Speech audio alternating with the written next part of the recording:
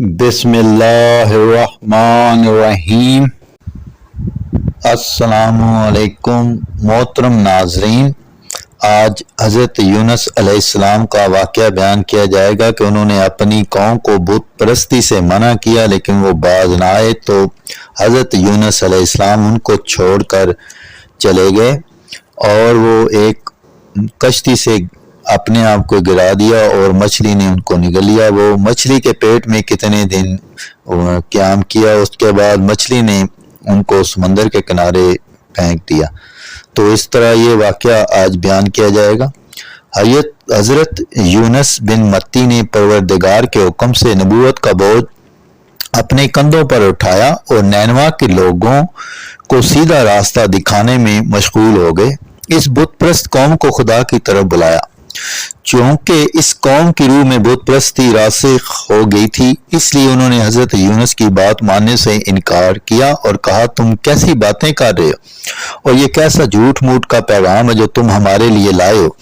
ये वही बुत हैं कि हमारे माँ बाप जिनकी परस्तश किया करते, उनके सामने झुकते, उनसे डरते थे, इनकी पैरवी करते। हम भी उन बुतों की परस्तिश से रूगर्दानी नहीं करेंगे, अपने खुदाओं को नहीं छोड़ेंगे। हज़रत यूनुस ने उन्हें अपने अबो अजदाद की गलत राह और उन की अंधी तकलीद करने पर मलामत की, लेकिन वो लोग अपनी जिद और सरकशी पर कायम रहे। कहने लगे, या यूनुस, तुम खामखा की ज़हमत ना उठाओ और हमने अपने खुदा की तरफ हरगिज ना बुलाओ।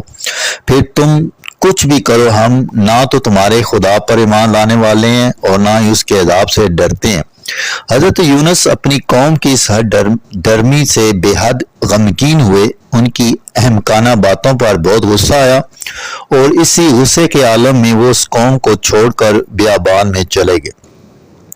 उनका ख्याल था कि मैंने अपना फरीज़ा अंजाम दे दिया है, अब इस कौम को दावत देना बेसूद है। और इस तरह उन्होंने खुदा की तरफ से कोई हुक्म मिलने से पहले ही कौम से कता ताल्लुक कर लिया। हजरत यूनुस के जाने के बाद खुदा की तरफ से अजाब नाज़िल होने के आसार पैदा हो गए। एकदम फिजा में ऐसी तब्दीली आई कि हर तरफ अंधेरा छा गया।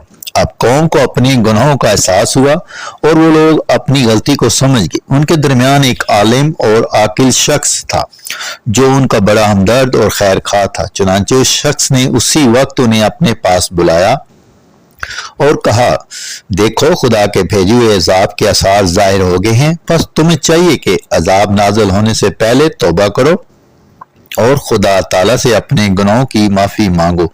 तब उस कौम के सब बूढ़े, जवान, मर्द और औरतें इस आलम के हमरा शहर से बियाबान में आए। वहाँ बच्चे अपनी माओं से और मर्द अपनी बीवियों से अलग हुए और सब ने खुदा की बारगाह में गिरफ्तारी शुरू कर दी। फिर उनके नालो फरियाद की आवाज़ें पूरे बियाबान में गूंजने लगी। उनके इस अमल के बारे में उन लोगों के लिए रहमत खुदाबंदी का दरीचा खोल दिया गया। उस कौम पर आने वाला अजाब टल गया। हजरत यूनुस अलैहिस्सलाम गुस्से के आलम में अपनी कौम को छोड़कर बियाबान में चले गए। फिर काफी मुसाफत तय करने के बाद समुंदर के किनारे जा पहुंचे। वहां उन्होंने देखा कि कुछ लोग एक कश्ती में बैठे हैं और वह चलने को तैयार खड़ी है। हजरत यूनुस अलैहिस्सलाम ने उन लोगों से कहा, मुझे भी कश्ती में बैठा लें। क्योंकि उनके चेहरे से बुजुर्गी और जलाल के आसार जाहिर थे, इसलिए कश्ती में सवार मुसाफिरों ने उन्हें खुश आमदीद कहा और उन्हें अपने साथ बैठा लिया। इसके बाद कश्ती रवाना हो गई। रफ्ता रफ्ता साहिल से दूर होती चली गई। जब वो समुद्र के बीच में पहुंची तो उसको तेज और तुंद लहरों से दो चार होना पड़ा और सब मुसाफिरों के डूब कर मर जाने का खतरा पैदा हो गया। लिहाजा उन लोगों ने फैसला किया कि कूड़ा डाला जाए, जिसके नाम का कूड़ा निकले उसे समुद्र में फेंक दिया जाए ताकि ये तूफान थम जाए और कश्ती के डूबने से का खतरा बाकी ना रहे। जब कूड़ा डाला गया तो हजरत यूनुस अलैहिस्सलाम के नाम निकला। ताहम मुसाफिरों ने उनका एहतराम करते हुए दोबारा कूड़ा डाला, लेकिन दूसरी बार फिर कूड़ा इन्हीं के नाम का निकला। फिर भी मुसाफिरों ने यह ना चाहा कि वो ऐसे बुजुर्गवार शख्स को समंदर में फेंक दें। चुनांचे उन्होंने तीसरी बार कूड़ा डाला, लेकिन नतीजा फिर भी वही रहा। लिहाजा अब उन लोगों के लिए हजरत यूनुस अलैहिस्सलाम को समुद्र में फेंक देने के अलावा कोई चारा कार ना रहा। तब हजरत यूनुस को भी ये एहसास हुआ कि शायद मुझ पर यह वक्त इसलिए आया कि मैंने तर्क उला किया है और खुदा के हुक्म का इंतजार किए बगैर ही अपनी कौम को छोड़ आया हूँ। چنانچہ یہ خیال کرتے ہوئے کہ بہرحال اس کام میں بھی خدا کی کوئی حکمت ہے، انہوں نے بلا چون و چرا اپنے آپ کو سمندر میں گرا دیا اور بفری موجوں میں گم ہو گئے۔ اس کے ساتھ ہی اللہ تعالیٰ نے ایک بڑی مچھلی کو حکم دیا کہ وہ حضرت یونس علیہ السلام کو نگل لے، لیکن وہ انہیں ہضم نہ کرے اور کوئی تکلیف نہ پہنچائے، بلکہ وہ دل و جان سے ان کو اپنی پناہ میں رکھے تاکہ امر الہی پورا ہو جائے۔ حضرت یونس علیہ السلام کو اس مچھلی کے پیٹ میں رہتے ہوئے کئی دن گزر گئے، یعنی کہ ان کو 40 دن تک اس مچھلی نے اپنے آپ میں پناہ دی۔ اس دوران میں وہ سمندر میں تیرتی ہوئی اس کی گہرائیوں میں غوطہ زن ہوتی رہی۔ اس عجیب اور پریشان کن قید خانے میں حضرت یونس علیہ السلام بے حد گھبرا گئے، چنانچہ اس غم و پریشانی کے عالم میں انہوں نے خدا تعالیٰ سے پناہ طلب کی اور ان اتھا تاریکیوں میں خدا کے حضور دعا کی، اے پروردگار، تیرے سوا کوئی معبود نہیں اور تو ہر عیب سے پاک ہے، اس میں شک نہیں ہے کہ میں ہی قصوروار ہوں۔ خدا نے ان کی دعا قبول فرمائی اور مچھلی کو حکم دیا کہ وہ انہیں سمندر کے کنارے پر ڈال دے۔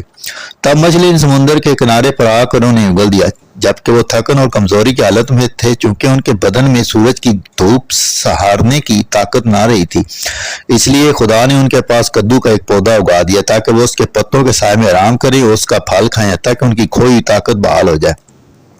چاندی دنوں میں حضرت یونس علیہ السلام پہلی کی طرح صحت مند اور توانا ہو گئے۔ پھر خدا نے انہیں وحی بھیجی کہ تم اپنی قوم کے پاس واپس جاؤ، کیونکہ وہ لوگ ایمان لے آئے ہیں، انہوں نے بتوں کی پرستش چھوڑ دی ہے۔ جب حضرت یونس علیہ السلام اپنی قوم کے پاس پہنچے تو وہ بڑے متعجب ہوئے کہ ان لوگوں نے بت پرستی کیسے ترک کر دی ہے، آپ خدا کے نام کا ورد کر رہے ہیں۔